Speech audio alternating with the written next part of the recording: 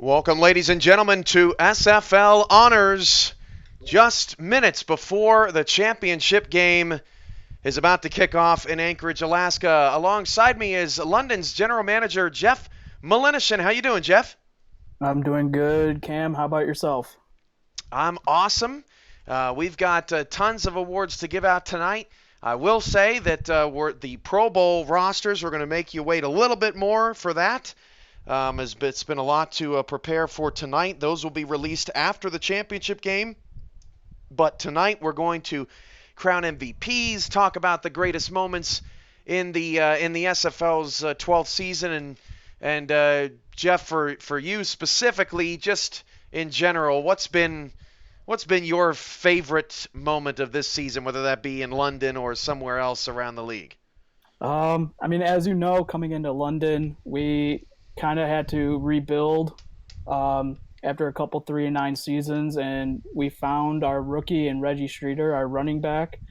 We made that switch last season to go towards a running back position, and we found him. We got him in the draft. That was probably one of the best moments that I've had, was being in that draft room when that pick was made. From a season standpoint, I would have to say probably Mag Dazzo getting the all-time passing record. I mean, that's a credit to him and how much he's been a part of this league and how it's grown. Well, it's been an exciting season, and without further ado, because we want to make sure that we stay on schedule as much as we can tonight.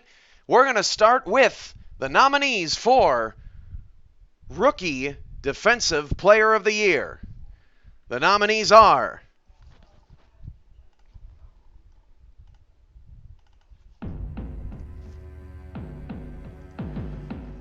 Everett Garrison, cornerback, Houston Hyenas.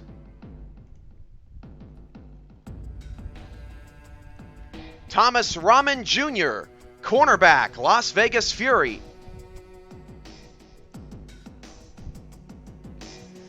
San Francisco cornerback, Justin Jones.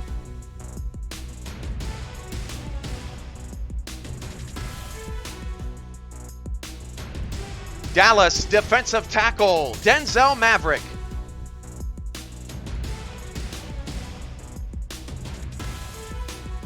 San Francisco strong safety, Jacob Gustafson.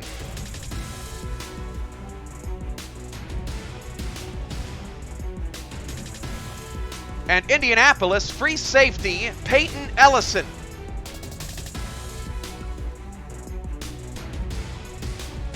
The winner is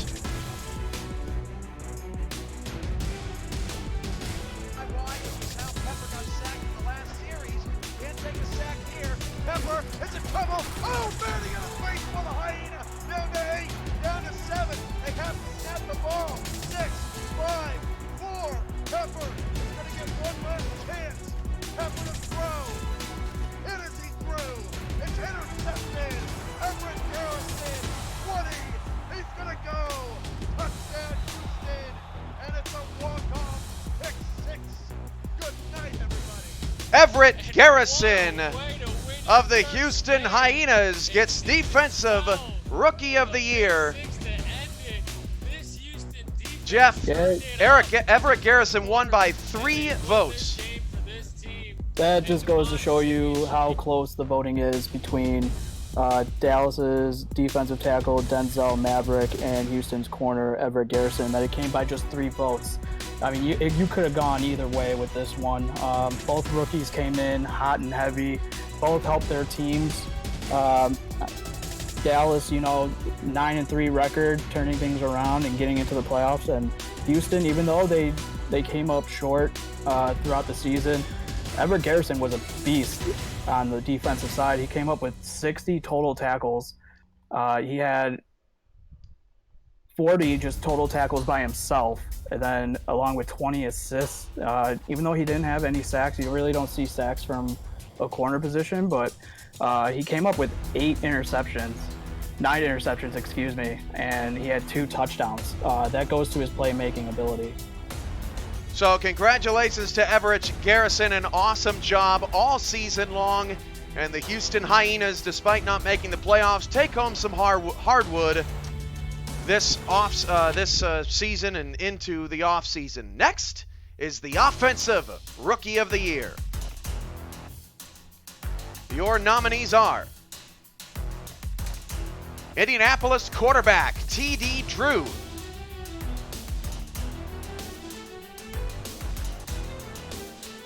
London running back Reggie Streeter,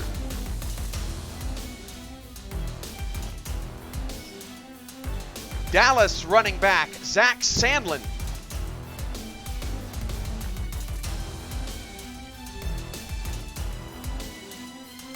Queen City wide receiver Stephen Hacker,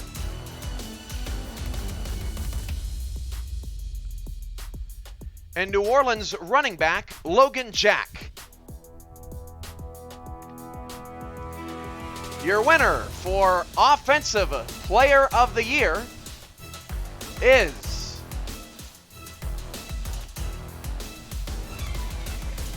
We only lasted a couple seconds. Yeah. There's snap. Caswell throws over the middle. It is complete. Still moving. Down to the 50. Still going. Stephen Hacker to the 30. 20. Nobody's going to catch him. 10, 5. Touchdown. Queen City. Stephen Hacker doing his work tonight.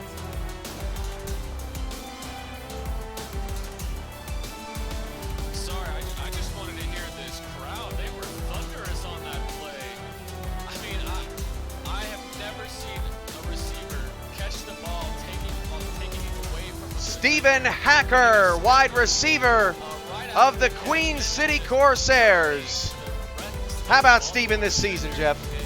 Oh, how about him, huh, Cam? I mean, talk about somebody who came in and was actually absolutely put into the right system for him to succeed. He came in, immediately stepped onto the scene. He had 1,504 receiving yards. He had 105 receptions, which made him number 105. He was number 6 in receptions total throughout the whole season.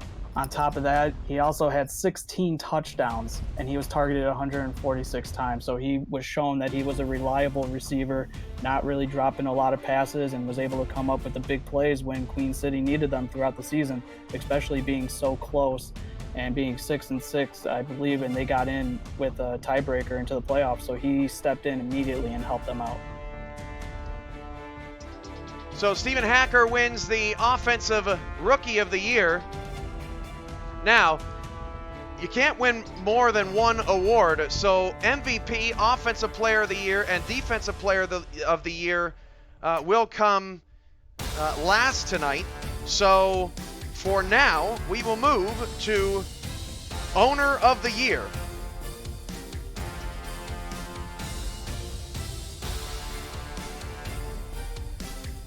And your nominees are Liam Crowder and Matthew Slynn, co-owners of the London Knights.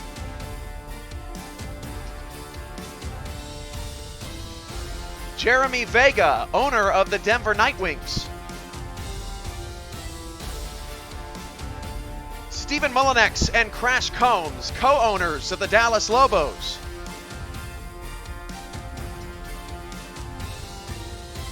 And Mark Chisholm, owner of the Atlanta Swarm. Your SFL Owner of the Year by 9 votes.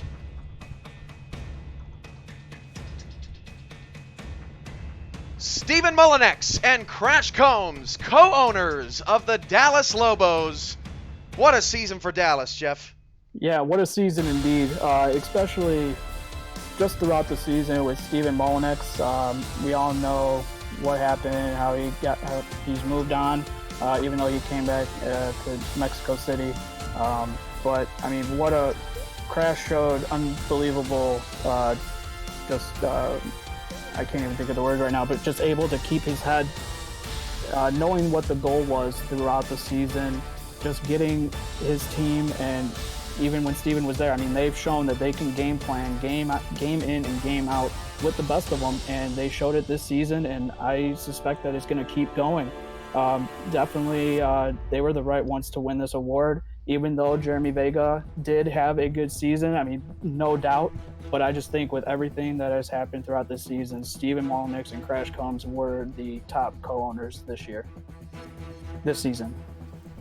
Up next, the SFL General Manager of the Year Award. And the nominees are Xander Gold, General Manager, New Orleans Pharaohs. Christian Christensen, General Manager, Tallahassee Pride.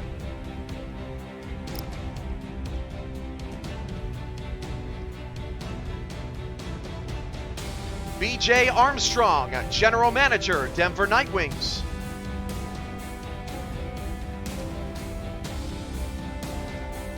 Tom Pepper, General Manager, Vancouver Legion. Crash Combs, General Manager, Dallas Lobos.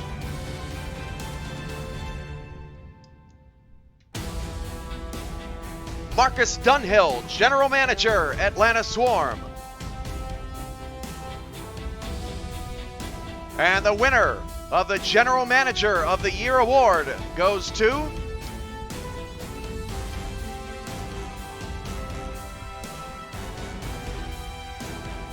Crash Combs, General Manager, Dallas Lobos.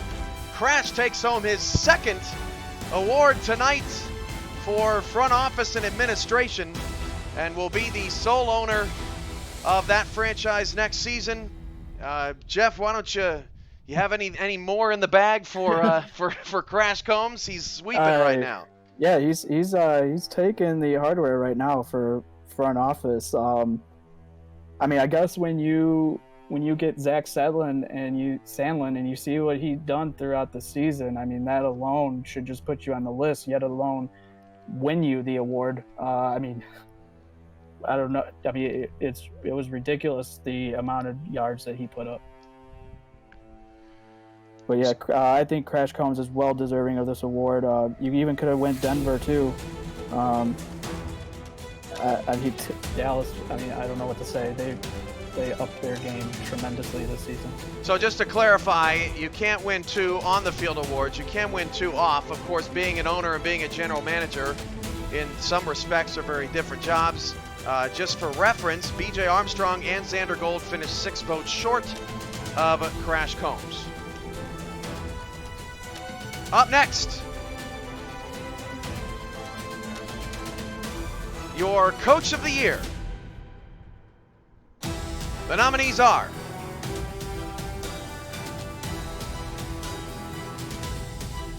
Stephen Mullinex, Head Coach, Dallas Lobos. Max Paul, Head Coach, Alaska Storm. Thomas Paternity, Head Coach, Baltimore Vultures.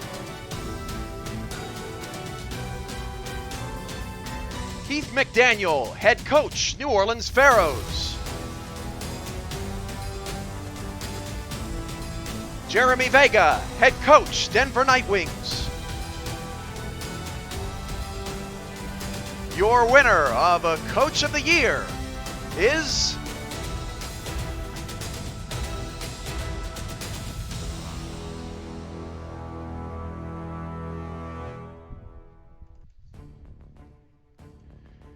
Jeremy Vega, Head Coach, Denver Nightwings, by 11 votes. Jeremy gets the honor for the first time. And what a season for the Nightwings. They completely turned it around from 3-9 to 9-3 and are playing tonight in the championship game.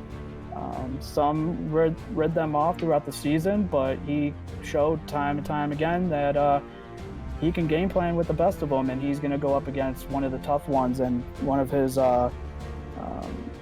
another coach that was in the running in Max Paul from Alaska. So he won this award, and he should be very proud of the season that he put in this season. So Vega takes home the first honor for Denver. Next up, the Team Community Relations Award. And the nominees are the Atlanta Swarm,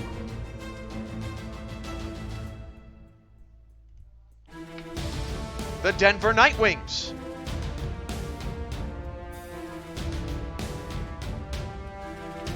the Baltimore Vultures,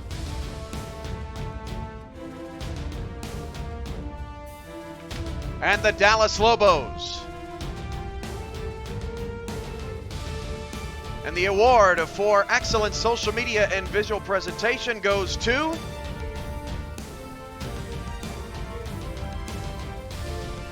the Atlanta Swarm. Jeff, what can you say about Atlanta's organization off the field? Off the field, they are big. Remember that coming into the season, they signed that endorsement. I forgot who the brand was.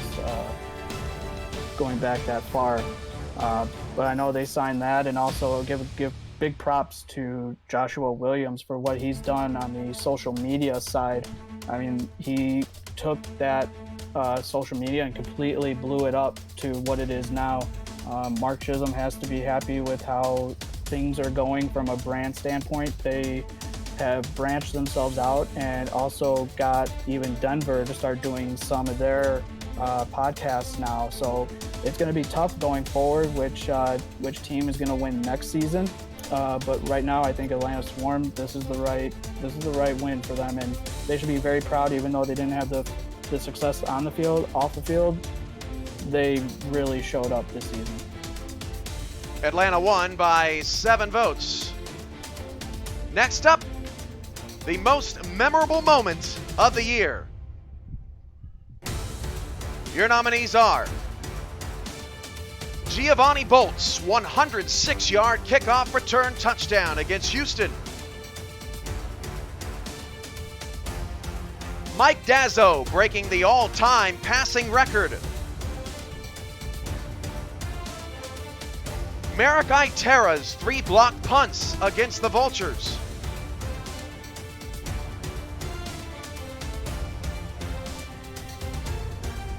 Tallahassee beating Alaska in a revenge rematch, Jared McChesney's 100-yard touchdown against Dallas,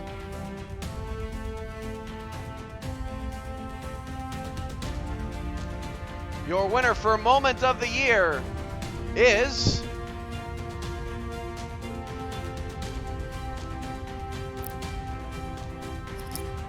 not a good start as a 3-and-out is forced upon Baltimore. Already 2 block punts for Baltimore today. Is there a third? There is! 3 block punts in one game. Are you kidding me? Down to the 14-yard line, and Vegas will take over again.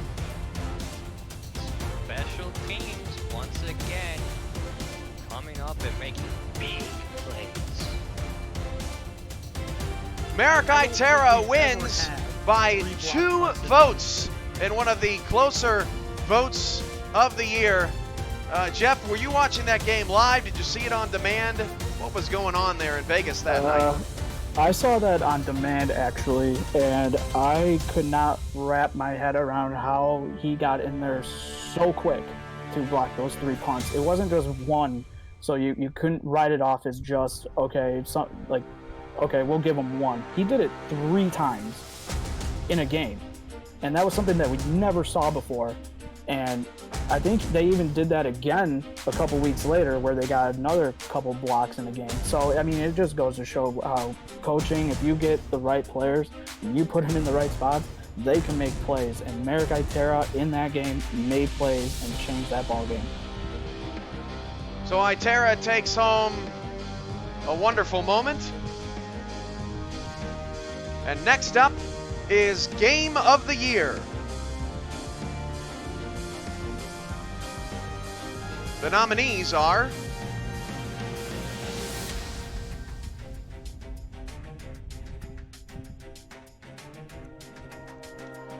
Chicago at Mexico City. The Wildcats convert 3 fourth downs on the final drive to win. San Francisco at Tallahassee. The Sharks pull the upset late in the season on the road. London at Denver. The Knights score to force overtime, but Denver collects the win.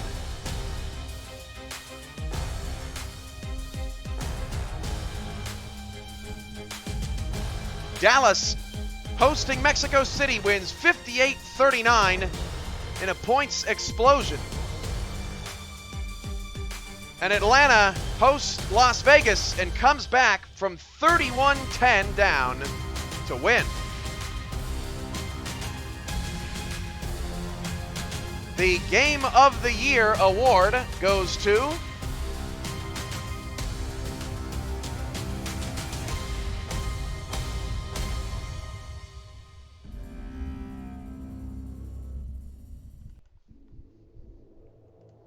the 1.5-yard line for a first down. Going for it. Oh! Touchdown, Siege Falco! Unbelievable, Cam. This is just, what a comeback by Dunhill. Ice in his face. I told you, this guy doesn't play it safe. And you see the reason. I was about to call it. That corner route looks open with that coverage. Falco goes up and, man, maybe makes the easiest catch of the night. And it's the biggest one of the night. Atlanta's insane comeback at home against the Fury gets your Game of the Year all the way back from Week 8. It won by 9 votes. Where were you when this happened, Jeff? Where was I? Oh man, who knows where I was back in Week 8. But this game was bananas.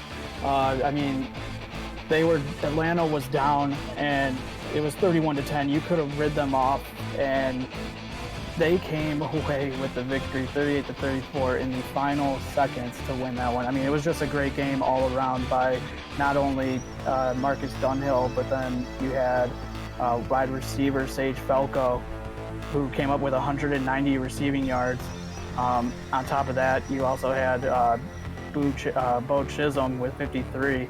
I mean, this game was back in, it was over.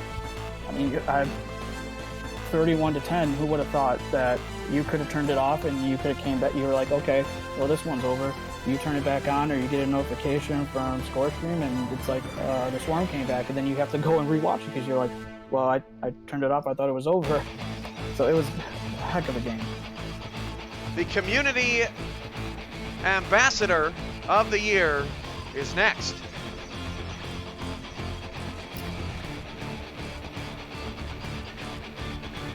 Your nominees for the Community Ambassador of the Year are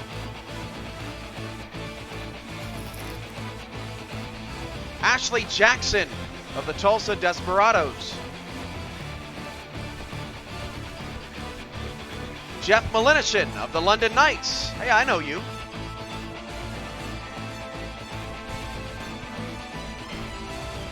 Stephen Hacker of the Queen City Corsairs.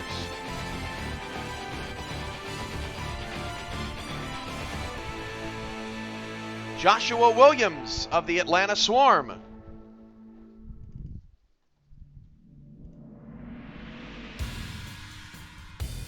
And E.J. DeQ of the Tallahassee Pride. The winner of the Community Ambassador of the Year award for excellent social media promotion, recruitment, and community involvement on game days and on Discord by a whopping 53 votes goes to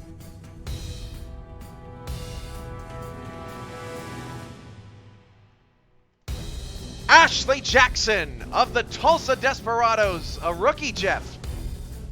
Yes, she is, and boy, did she step onto the scene as soon as she got into the SFL. We all know about her podcast that she does. I was on it along with you. She has done some remarkable things with that podcast, and everybody should be checking that out whenever she drops the link, because it's so incredible how she does that, and she pulls it off magically and beautifully. Also, she's in every game chatting. No matter what game it is, no matter if she has to leave her game, she's always talkative throughout every game, and that's something that I saw when I was watching some of the London games, some other games that I tuned into. She's always there, no matter what. Always answering questions for anybody. She drops a couple of messages here or there in every game, and I mean she's done some remarkable things for this community and a lot of good, positive things for the community as well. Have you heard SFL Story Time, Jeff? I heard the one with Reggie Streeter, actually. The first one I think she did. It's the most unique segment of any SFL media, I think in league history. Yeah, it's kind of like it's like story time, that like how Ray Bentley sometimes shares his stories. It's like she takes that and makes like her own. It's remarkable how she does that, and it's just a testament to her and her ability. So Ashley Jackson takes home the Community Ambassador of the Year award, and that means we're down to the last three. First, we'll do the Defensive Player of the Year, and then we'll announce the MVP, followed by the Offensive Player of the Year. Again, you cannot win multiple awards. To start with the Defensive Player of the Year, your nominees are Dylan Rowland, linebacker, Chicago Wildcats.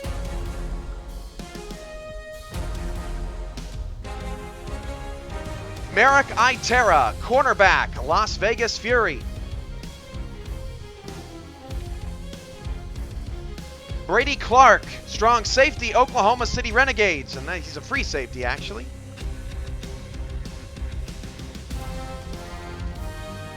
Avery King, linebacker, Queen City Corsairs.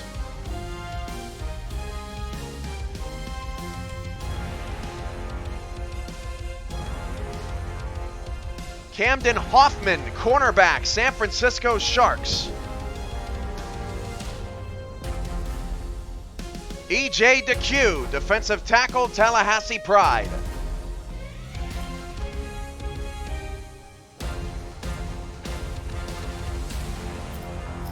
And your winner for Defensive Player of the Year goes to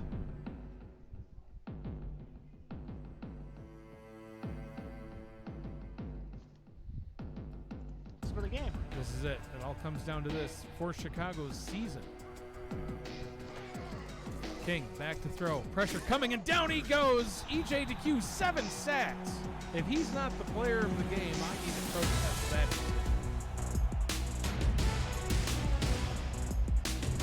E.J. DeQ, one off the league's single-game sack record with 7 against Chicago in the last week of the regular season. He wins by 7 votes, oddly enough, over Avery King for Defensive Player of the Year. How about it, Jeff? I mean, what a season, Cam. I mean, he had 22 sacks. He had 22 and a half sacks, so that gives him, if my math is correct, 24. No, I don't know, but he had a lot of sacks. He sacked a lot of quarterbacks this year, especially 7 against Chicago in the last game of the season. He had 29 tackles for a loss, which led all defensive tackles with 29, 2 off of 2 behind him were the next ones, and he 23 sacks total. I mean, it was ridiculous. Nobody can stop him. No offensive line could stop him throughout the course of the season, and that's something that you look for. You look for someone who can come in and be a disruptor in the middle, and that's exactly what he did for Tallahassee. I mean, he was ridiculous, and I suspect it's going to be. I was surprised that maybe Dominguez wasn't as good as what he was throughout last season, but EJ DeQ stepped up right where it seemed Dominguez was and took the mantle, and I think he's going to hold on to it for a couple more seasons as being the most effective defensive tackle in this league. So, just a little small spoiler alert, right? The MVP cannot win the Offensive Player of the Year and vice versa.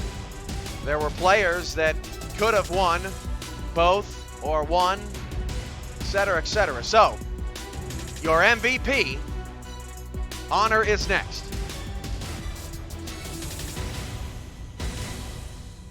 Your nominees for Most Valuable Player in the SFL's 12th season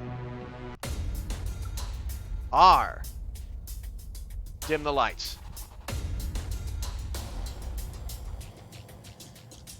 Merrick Itera, cornerback, Las Vegas Fury.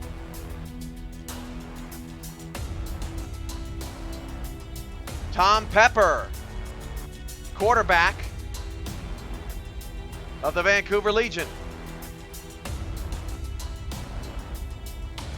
Zach Sandlin, running back of the Dallas Lobos. Colin Hart, running back of the Sioux Falls Sparrows. And Xander Gold, quarterback of the New Orleans Pharaohs.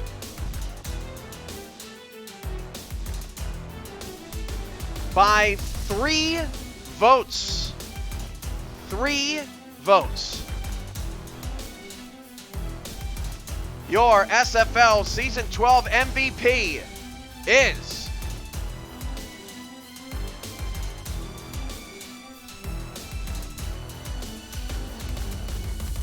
Oklahoma State 29, just under 7 minutes left in the second quarter. And Sandler's just dragging defenders. Oh my goodness. 4 defenders later, he's got another first down. Up to 160 yards and 4 separate people tried to pull him down. He struggled at all 4 offenses. Zach Sandlin of the Dallas Lobos. There goes the second person. I thought the first person was going to happen. All right, Jeff, it was close. 3-vote difference. How about Yes, Sandlin it for was. MVP? Oh man, what about him? You could keep playing his highlight reel over and over again, and I will continue to watch it, Cam, because I mean that dude was a beast all season. 2,183 yards, ridiculous. He was the closest running back behind him was 352 rushing yards behind. That's what he did. He ran the ball, even when teams were game planning for it. They still couldn't stop him later in the season. You think, oh, this rookie running back, maybe a couple weeks down the line, you start figuring out like how to stop him. No, I mean you couldn't stop him. You just saw in the highlight right there. He broke 3 tackles before he was even brought down. It was like a human battering ram going through or around you. It was remarkable to watch. I mean, I know I saw it a couple times with Reggie Streeter, but Zach Sandlin was a monster all season. He had 27 rushing touchdowns, 27. So he was a game changer from the start. And that goes to Crash Combs and Stephen Melnix for knowing what they wanted in the draft, getting him, and then using him in the right system to get him to where he is. And the sky's the limit for this rookie. Unbelievable. So Zach Sandlin gets it done for Dallas. They fall short of the championship game, but still an impressive year in Big D. Now, Offensive Player of the Year, you might think that you can connect some dots, but who am I?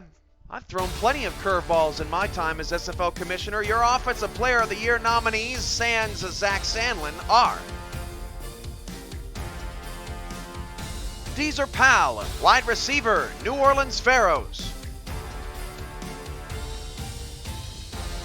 Tom Pepper, Vancouver Legion quarterback.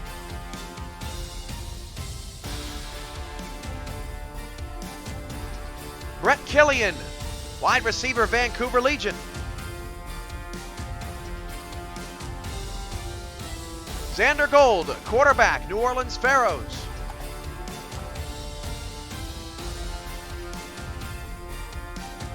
Jared McChesney, running back, Denver Nightwings.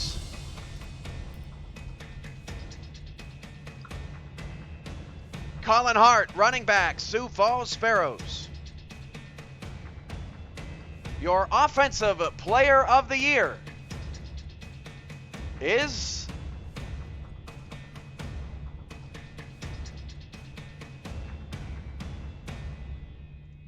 Coach work in New Orleans along with Aaron Arrington and that staff. Gold going long. The pass is caught by Pal, and Pal is gone down the sideline for a touchdown. New Orleans, they strike back quickly. Xander Gold, quarterback of the New Orleans Pharaohs. Xander Gold won by 4 votes over Gerard McChesney. Take it away, Jeff. Oh man, where to begin? 3,477 passing yards this season. He had a per yard attempt of 8.3 on average. That was highest in the league, tied with a couple other quarterbacks. But where he took the cake was 32 passing touchdowns this season, where he had the most outside of, he was just +1 over Tom Pepper, another one who could have probably won this award. But he had the 4th fewest interceptions Xander Gold did with 16.